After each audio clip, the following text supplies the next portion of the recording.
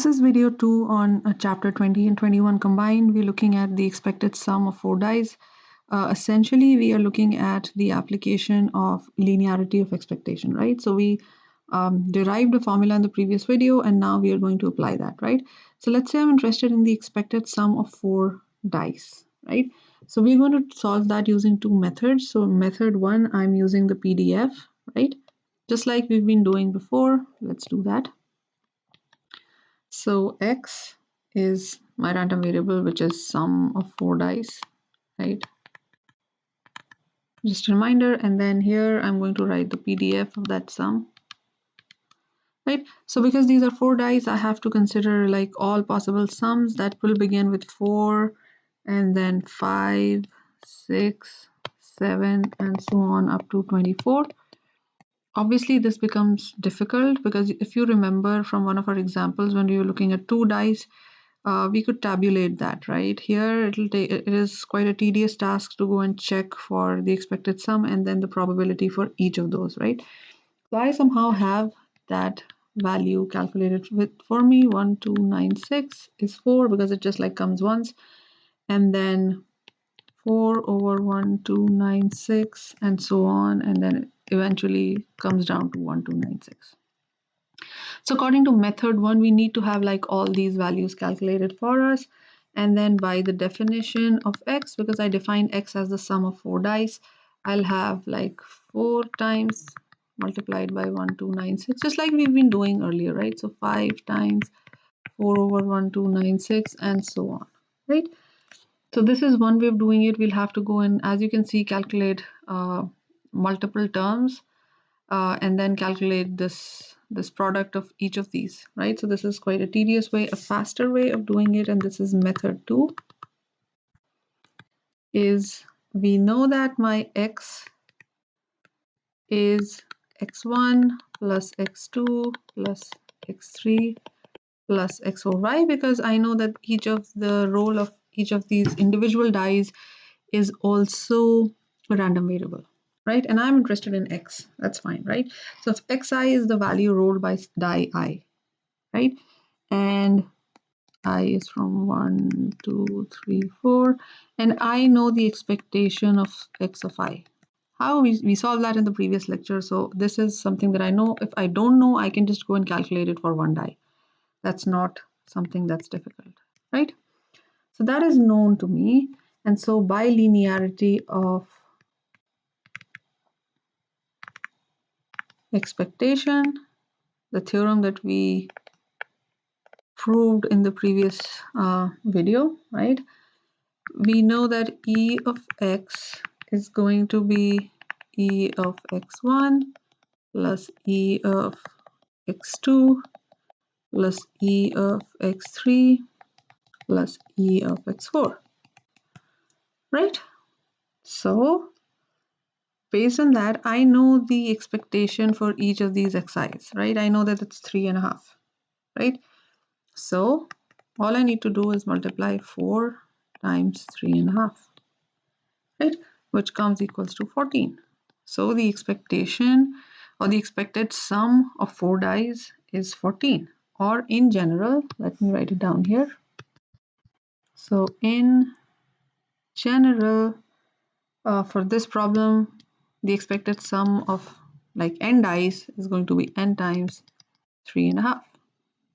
Right, so this really simplified our problem. This really made our life easy. Let's look at some other different types of random variables. For example, this one, I expected number of success in n coin tosses, right? So let us assume x is the number of successes in n trials with success probability p per trial, right? So I'm interested in the expectation of x, where my x is the number of successes, maybe we can write, in n trials such that each trial has a probability p, right? Or maybe with success probability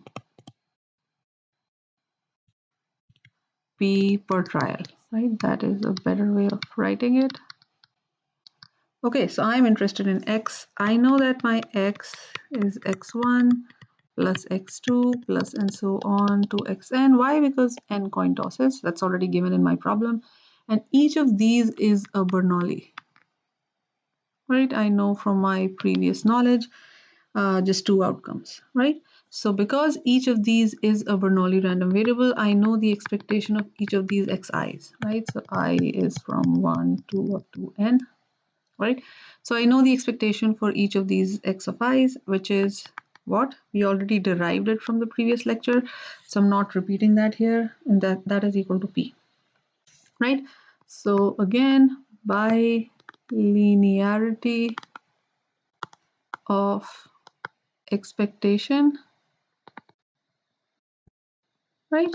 By that theorem, I'm interested in E of x, which is E of x1 plus x2 and so on up to xn, which is E of x1 plus E of x2 and so on up to E of x of n, which is n times p, right?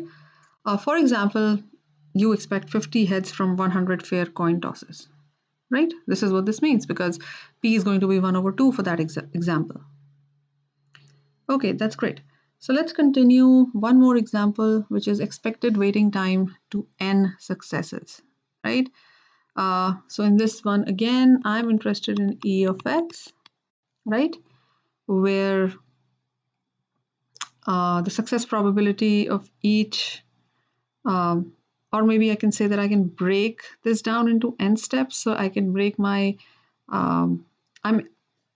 a trial is happening essentially, and I'm waiting for success to occur, right? This is what the problem is. And so I'm interested in E of x, right? Such that the success probability is P. So n successes, because I am waiting for n successes, right? Not just one, but n successes. So n successes can actually be broken down into n steps, right? For example, first, second, third, nth, and so on, right? So like, how am I defining my random variables? Let's say x1 is the number of trials to first success, right? So this is to first success, right? And then x2 is the number of trials to first success after to the second success, number of trials to the second success after the first success happened, right? So I start counting after that, right? So similarly, x3 is going to be number of trials to the third success from the second one. Right, so I broke that process down until I reach some x of n, which is number of trials to nth from n minus 1th success. Right, so this is my whole idea, and so I'm interested in the expectation of the total number of trials up to those n successes, right? So therefore, I am interested in E of x, where x is x1 plus x2 plus and so on up to xn, right? So I really broke that process down such that I is 1, 2, and so on up to n. Okay, so again, each of these are finding like one success such that I'm repeating my trial until I hit that success. So this we've seen before, right? And we've calculated the expectation for this random variable when we are waiting for some success, right? So we know that E of x of I is 1 over p, where p is the probability of success. Okay, let me go back.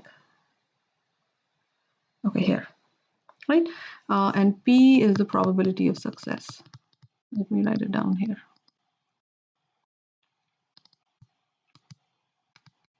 Okay, so by linearity of expectation, I'm not repeating that, but E of x is going to be E of x1 plus E of x2 and so on up to E of x of n, which is nothing but n over p. So again, it really simplified our problem, right? Okay, so we look at another example That's called the coupon collecting problem, where we'll see the application of one of these, and that is coming up in the next video.